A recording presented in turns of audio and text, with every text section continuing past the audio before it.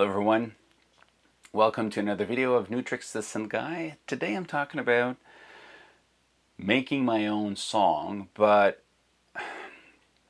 it's going to be a three-part video because I wanted to show you the new online platform called Feedback that sells music, a little bit like iTunes Store and Google Play and stuff like that. In preparation for this video, I was finishing one of my songs to put it online and put it in the system and see how it works if I buy something and show you really the mechanics of it. And I started to work on an old song that was not finished.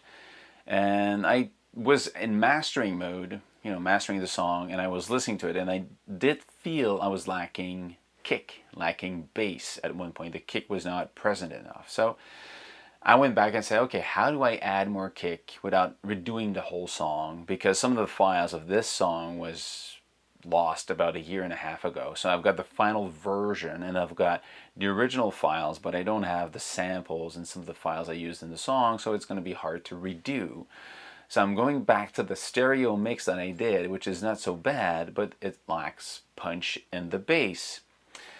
And I received last week a software called UltraKick. It's actually sold by Isotonik Studio. I talked to you already about Isotonik Studio because they're the ones selling, actually providing and selling the circuit editor that is made in partnership with Novation, or actually Novation is promoting them from their website. There's a free editor. So I did a video about that. The link should be somewhere. And so I knew already about the company. And the software is called UltraKick, and I'll show you what it is because it's actually pretty interesting. UltraKick is programmed using Max, which is an environment to create whatever you want, especially for sound, but it can be for audio, for video, for MIDI control, whatever it is. And now what you have here, so it means that it's an instrument, UltraKick. You drop it on a track, and it triggers a MIDI track because it is a kind of a VST instrument, if you want. It's actually a Max instrument. I'm going to wait this for open. UltraKick is basically a synth for drum sounds. Now they call it UltraKick because it was thought of as a sound to trigger kicks. But you can use it to create toms and snares and hi-hats and anything because it has enough power to do all of that. You could even do a bass sound or a synth sound because it is a synth, but with specific aim for kick. And there's a really cool feature. I'll show you what it is. So if I turn on, if I open, I'm going to open this. If I open UltraKick, I'm going to go here, edit settings. I'm going to reselect the folder because every time I turn it on, it kind of wants to know where the folder is. So I've got the folder here. If I press play, there's a play here at the top. I've got noise. I go here, 808. What's wrong, people? Okay, let's go back here. Stop the recording. If you look at how it works, that's a plugin. If I put a MIDI note in the track, it will trigger this. I want to use it in a different way because what I want to do is I want to actually create my sound, sample it, and then put it in another software and just add the kick where it needs to be to have more oomph in my song that I did. So if you look at this, the way I'm just going to break down the way it works. You have envelopes. If you're in envelope, you see the envelope of everything. The easiest way to understand how this is built is you go into audio flow, and audio flow shows you the big design of structure of the whole thing. So it's basically a synthesizer with an oscillator 1, oscillator 2, and a noise generator. You have the on button for each of them. If you click on anything here, let's say you click on envelope, you will jump to the envelope number 2 for the pitch.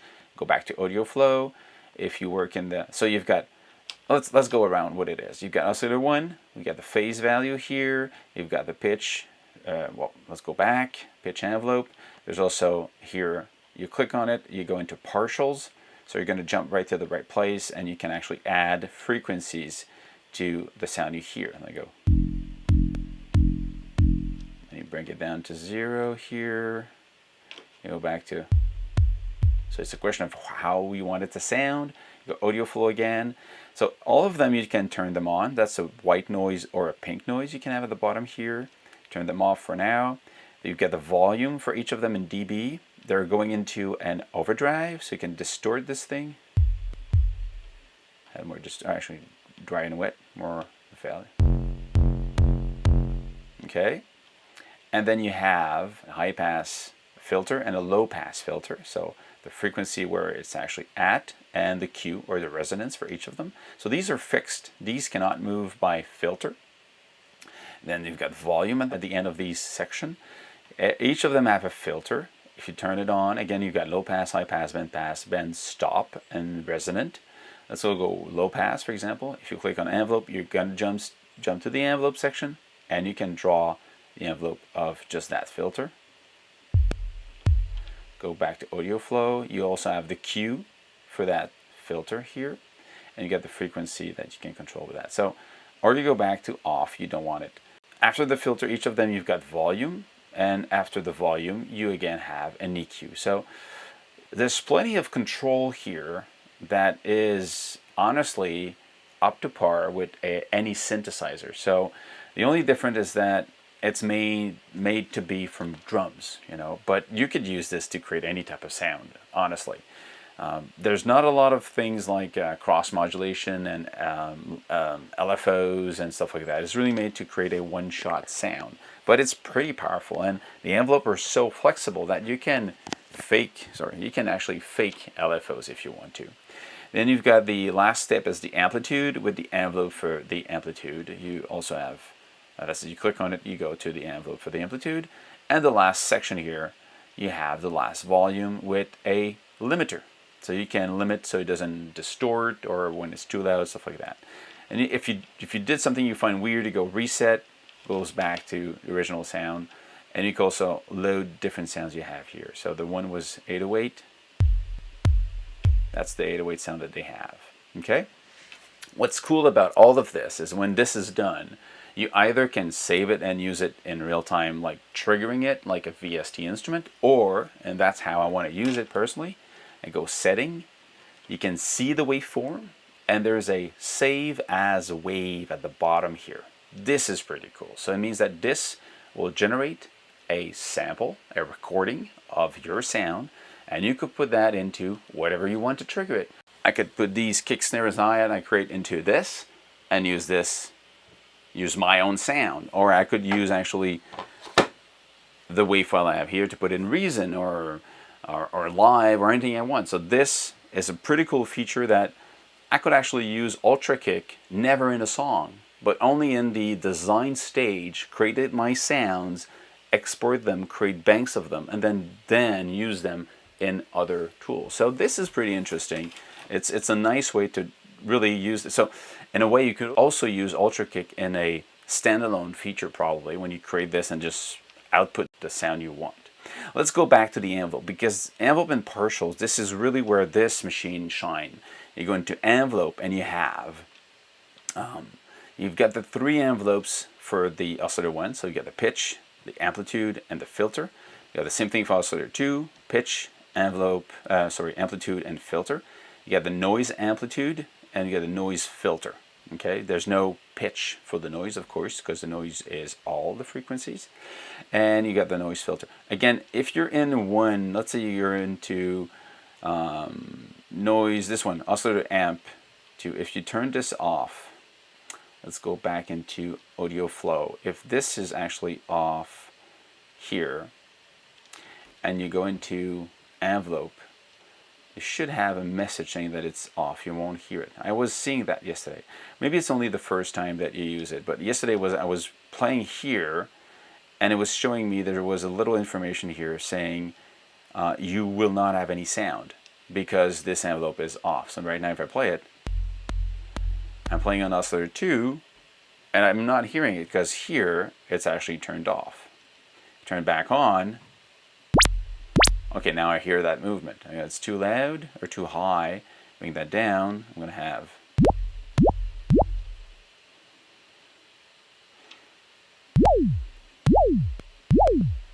It's really fast to create your stuff you want. You've got this envelope. You just click where you want and it adds another, let's say, point in the line of the envelope. So you can really create weird stuff if needed. Let's try this. I don't even know what it sounds like. So you can really create what you want.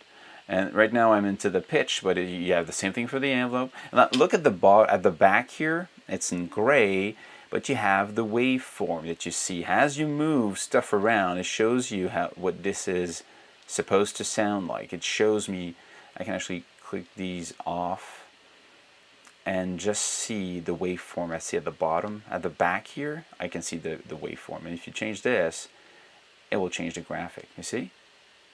It's just in real-time rendering. You get the grid. It's not super useful for me, but it's there. You get the scanner. I think it's when it plays, it shows you where it is. Turn this off. That's it. So it's just the cursor if you want. The envelope overlays. You can see the other envelopes. Turn it off. You don't see them. So I can see here the other envelopes at the back. You've got the enable. I want to see the tags. So the tags are the notes and frequencies. So I can see that right now if I'm moving this here, I'm going to be at the B5, and that's the frequency it's going to be at. So at the same time, it's also very educational, because you know that B5, it's 187 hertz. Cool.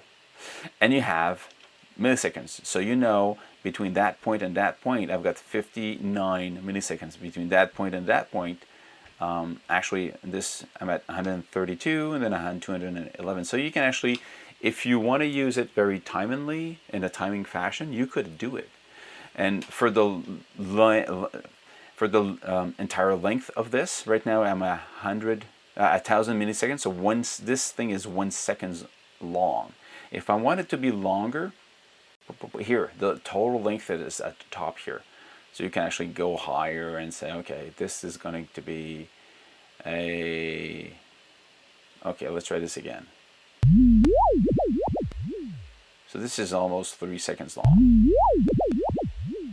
So depending on what you want to do, you can create really complex sound here. I'm in the user edit right now. So if I like what I'm doing, I'm going to save as, and I'm going to give a name is going to be, look, here we go. Okay, so I'm presetting to save, and I have this weird shaped sound. And if I go back to audio flow, I can see I have my 2 here on. I can actually turn on the noise also. Let's go noise shaping. Add noise here. And I'm going to go here and say noise. I want some amplitude on the noise.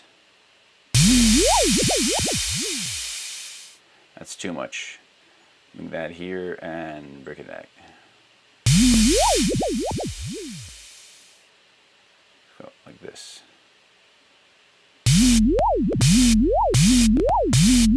Noise filter, maybe it's too high in frequency. Like this. Let's go back to audio flow and see if I can actually turn on the low pass, some resonance, and play it again.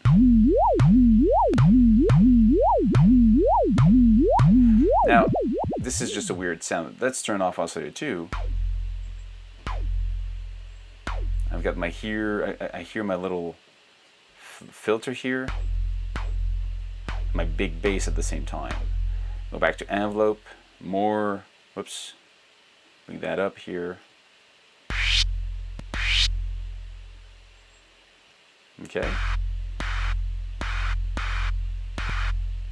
So these could be separate sounds. I could actually go here and close this one and just have. And this would be one sound I record. Maybe I won't even have distortion on it. Okay. That's going to be my hi-hat or my snare, and I could actually export this and export that one and have. That's going to be my kick. And I wanted a separate kick somewhere in my song. I go back to oscillator partial. Partials are the content of the frequencies or the content and harmonics of the sound. So I have my fundamental, partial 1, and these are the other partials. So as you move them around, you see the shape changes, and you have another sound.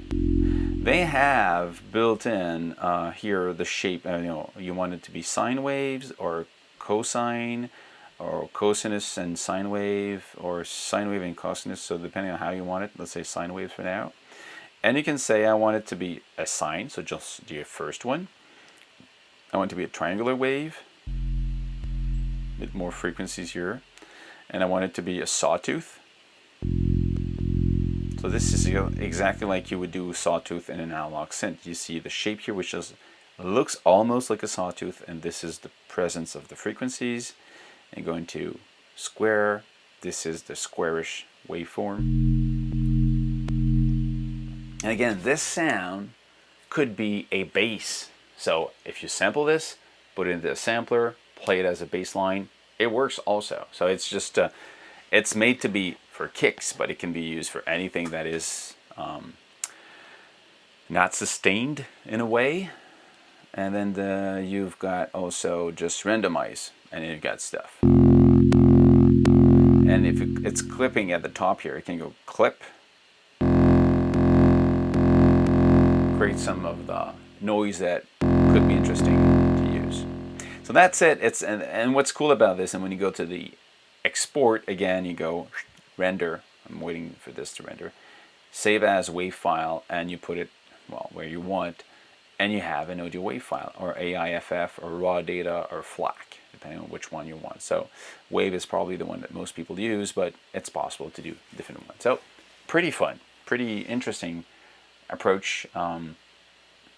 It can be used, as I said, as a real-time synth, but I personally prefer to use it as a creator of palettes of sounds, and then export them as a WAV file, and then either use it back into the simpler or sampler into live, or in my case the circuit, or in my iPad in something like Beatmaker, which is probably the one thing I'm going to try this time, to actually export all these sounds I create, put them into Beatmaker, and try to add more kick to the sound, to the song I'm actually working on, to put on feedback. So next video probably is going to be using this in Beatmaker, try to finish my song, and the one after that is going to be putting everything on feedback and try to see how it works for.